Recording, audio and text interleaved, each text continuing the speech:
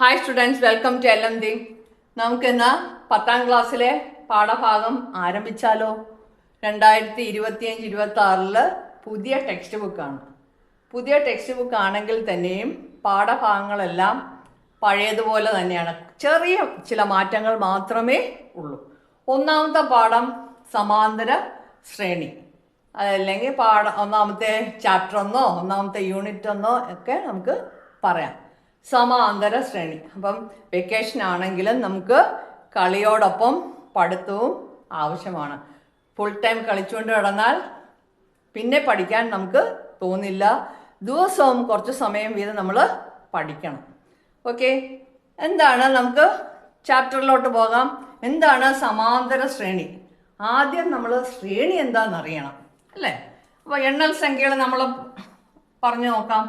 ആദ്യം എണ്ണൽ സംഖ്യയിൽ നിന്ന് തന്നെ തുടങ്ങാം. 1, 2, 3. അടുത്ത ഏതാണെന്ന് നമുക്കറിയാം. 3 കഴിഞ്ഞാൽ പിന്നെ 4 ആണ്, 5 ആണ്, അങ്ങനെ പോകും. പിന്നെ ഇരട്ട സംഖ്യകൾ 2, 4, 6, അതും നമുക്കറിയാം. പിന്നെ 5, 10, 15. ഇതിൻ്റെ അകത്ത് ഇതൊരു പാറ്റേൺ കണക്കാണ്, അല്ലേ? ഒരു പ്രത്യേക നിയമം അനുസരിച്ചാണ് ഇതെല്ലാം, ഈ സംഖ്യകൾ ഒന്നിന് പുറകെ ഒന്നായിട്ട് നമ്മൾ എഴുതി പോകുന്നത്. അപ്പം 5, 10, 15. അടുത്ത സംഖ്യ ഏതാണെന്ന് നിങ്ങൾക്ക് അറിയാം. ഇനി നോക്കിക്കേ, 1, 4, 9. ഈ സംഖ്യകൾ നോക്കിക്കേ. ഇത് പെട്ടെന്ന് നമുക്ക് തിരിച്ചറിയാൻ ചെറിയ ബുദ്ധിമുട്ടാണ്. എന്താണ്, പലരും ആലോചിക്കും ഇത് ഏത് സംഖ്യയാണെന്ന്. ഇത് വർഗ്ഗങ്ങളാണ്. 1ൻ്റെ വർഗ്ഗം, 2ൻ്റെ വർഗ്ഗം, 3ൻ്റെ വർഗ്ഗം. അങ്ങനെയാണെങ്കിൽ അടുത്ത 4ൻ്റെത്, 5ൻ്റെത്, അങ്ങനെ പോകും.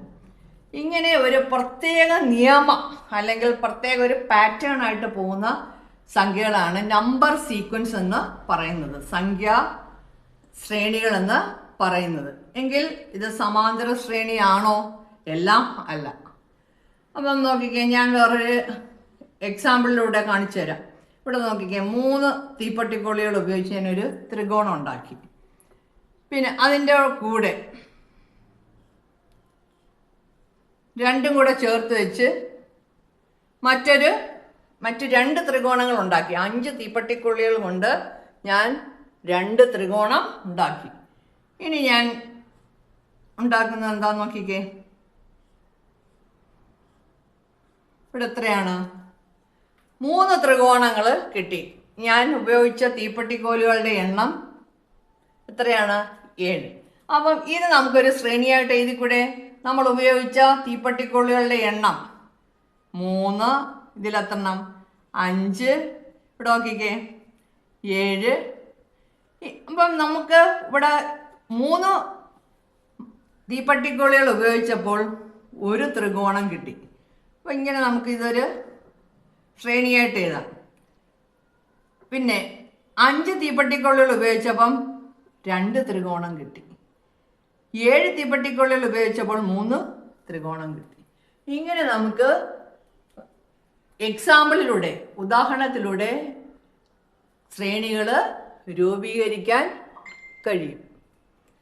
ഇനി വേറൊരു പോളിഗൺ എടുക്കാം. പോളിഗൺ എന്ന് പറയുന്നത് എന്താണ്? പോളി മീൻസ് മെനി, ഒരുപാട് വശങ്ങളുള്ള രൂപങ്ങളെയാണ് പോളിഗൺ എന്ന് പറയുന്നത്. ബഹുഭുജങ്ങൾ, ബഹുപദങ്ങളല്ല, ബഹുഭുജങ്ങൾ. ഇപ്പം 1, 2, 3 വശം, 4 വശം. ഇവിടെ ചിത്രത്തിൽ നോക്കിക്കേ, ഇതെല്ലാം പോളിഗൺസ് ആണ്. എന്താണ്? ബഹുഭുജങ്ങൾ. അപ്പം ഇതിന് 3 വശം, ഇതിനെത്ര? 4 വശം, ഇതിനെത്ര? 5 വശം. അപ്പം ഈ വശങ്ങളുടെ എണ്ണം അനുസരിച്ച് നമുക്ക് ഇതൊരു സീക്വൻസ് ആയിട്ട് എഴുതാൻ നോക്കാം. Number of sides 3, 4, 5. ഇനി sum of interior angles, interior ആംഗിൾസിൻ്റെ തുക, അകത്തുള്ള കോണുകളുടെ തുക. ത്രികോണത്തിൽ നമുക്കറിയാം എത്ര? 180. ഇതോ 360. 5 വശം എത്ര? 540. നോക്കിക്കേ, ഇതെല്ലാം ഒരു പ്രത്യേക എന്താണ് റൂൾ, നിയമം അല്ലെങ്കിൽ അനുസരിച്ചാണ് പോയിക്കൊണ്ടിരിക്കുന്നത്. അതുകൊണ്ട് നിങ്ങൾക്ക് ഇനി അടുത്തത് എത്രയാണെന്ന് നിങ്ങൾക്ക് കണ്ടെത്താൻ കഴിയും. ഇനി ഇതുപോലെ നമുക്ക് എക്സ്റ്റീരിയർ ആംഗിൾ, എല്ലാത്തിനും എക്സ്റ്റീരിയർ ആംഗിൾ ഉണ്ടല്ലേ. സം ഓഫ് എക്സ്റ്റീരിയർ ആംഗിൾസ്,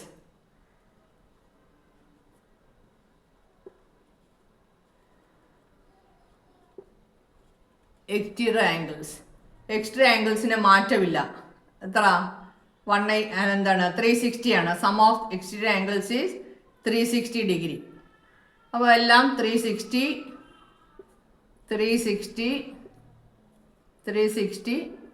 ഇങ്ങനെ പോകും. ഇനി നമുക്ക് ഡയഗണൽസ് വൈസ് നമുക്കിതുപോലെ പാറ്റേൺ എഴുതാൻ കഴിയും. അപ്പം ഇങ്ങനെ എഴുതുന്ന ഒരു പ്രത്യേക നിയമം അനുസരിച്ച് എഴുതുന്ന സീക്വൻസിനെ നിയമം അനുസരിച്ച് എഴുതുന്ന സീക്വൻസിനെയാണ് നമ്പർ സീക്വൻസ് എന്ന് പറയുന്നത്.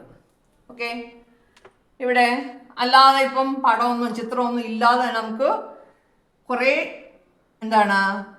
നമ്പർ പാറ്റേൺസ്, നമ്പർ സീക്വൻസ് എഴുതാൻ കഴിയും.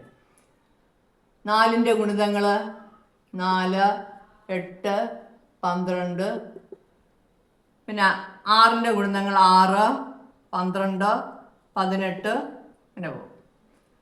ഇതിൻ്റെ അത് ഞാൻ വേറൊരു എക്സാമ്പിൾ കാണിച്ചു തരാം. നോക്കിക്കേ, 1, 15, 18, 23. ഇതെല്ലാം നമ്പർ സീക്വൻസ് ആണ്. ആദ്യത്തെ രണ്ടും പ്രത്യേക നിയമം അനുസരിച്ച് പോകുന്നതാണ്. 4 വീതം കൂടി പോകുന്നു. ഇവിടെ നോക്കിക്കേ, 6 വീതം കൂടി പോകുന്നു. പിന്നെ അടുത്തതിൽ നോക്കിക്കേ, അടുത്ത സംഖ്യ എന്താണ് വരുന്നത്? After 23 what comes? 23 കഴിഞ്ഞ് എന്താണ് വരുന്നത് നമുക്ക് അറിയില്ല.